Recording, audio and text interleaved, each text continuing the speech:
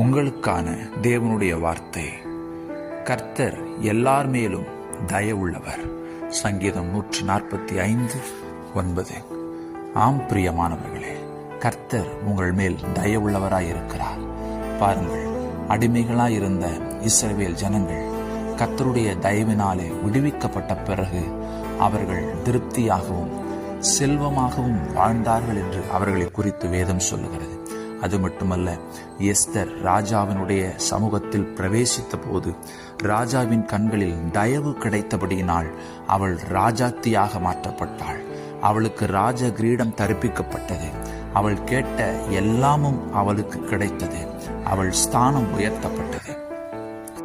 பிரியமானவர்களே, கர்த்தர் சொல்லுகிறார், எஸ்தருக்கு மட்டும் நான் தயை செய்கிறவர் அல்ல, நான் எல்லார் மேலும் தயை உள்ளவராக இருக்கிறேன் என்று. கர்த்தர் உங்களை உயர்த்துவார், உங்கள் ஸ்தானத்தை உயர்த்துவார், உங்களை கனப்படுத்துவார். ஆமென்.